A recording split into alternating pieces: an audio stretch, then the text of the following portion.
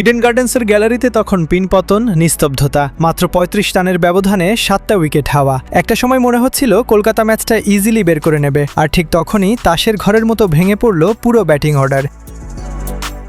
২০৪ রানের টার্গেট তাড়া করতে নেমে ১৬৩তেই সব শেষ। আসলে এই ম্যাচের রেজাল্ট তো লেখা হয়ে গিয়েছিল আগেই। দিনের প্রথম ম্যাচে ওয়াংখেড়েতে রাজস্থান যখন মুম্বাইকে ৩০ রানে হারিয়ে প্লে অফের টিকিট কনফার্ম করল, তখনই কলকাতা আর পাঞ্জাবের স্বপ্নে রীতিমতো এক বালতি ঠান্ডা জল। ইডেনে এই ম্যাচটা কেকেআরের জন্য ছিল স্রেফ নিয়ম রক্ষার একটা বিদায়ী মঞ্চ।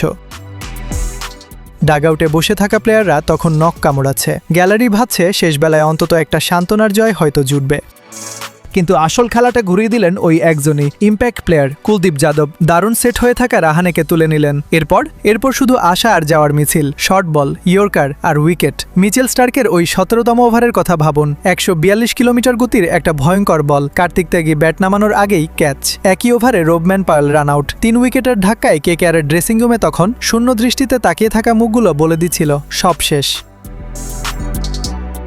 কুলদীপের ৩ উইকেট আর স্টার্কের পেস বোলিংয়ের সামনে কেকেআরের মিডল অর্ডার স্রেফ আত্মসমর্পণ করল। ১৮.৪ ওভার, লুঙ্গি এনগিডির স্লোয়ার বল। বোলারদেরও তো আর কতক্ষণ লড়াই করার এনার্জি থাকে। বরুণ চক্রবর্তী ঠিকমতো ব্যাটে আনতে পারলেন না। এক্সট্রা কভারে অক্ষর প্যাটেলের হাতে ক্যাচ, আর সেই সাথে ৪০ রানের বিশাল জয়ে দিল্লির উল্লাস। রাহানে লড়াই করলেন, কিন্তু বাকিদের এই হতশ্রী দশা। রাজস্থানের ওই একটা জয় কিভাবে পুরো সমীকরণ বদলে দিল সেটা তো দেখলামই, কিন্তু আমার প্রশ্ন হলো কলকাতার এই বারবার চাপের মুখে ভেঙে পড়া আর শেষের দিকে এসে খেই হারিয়ে ফেলার দায়টা আসলে কার? টিম ম্যানেজমেন্টের নাকি প্লেয়ারদের এই নার্ভাসনেসের?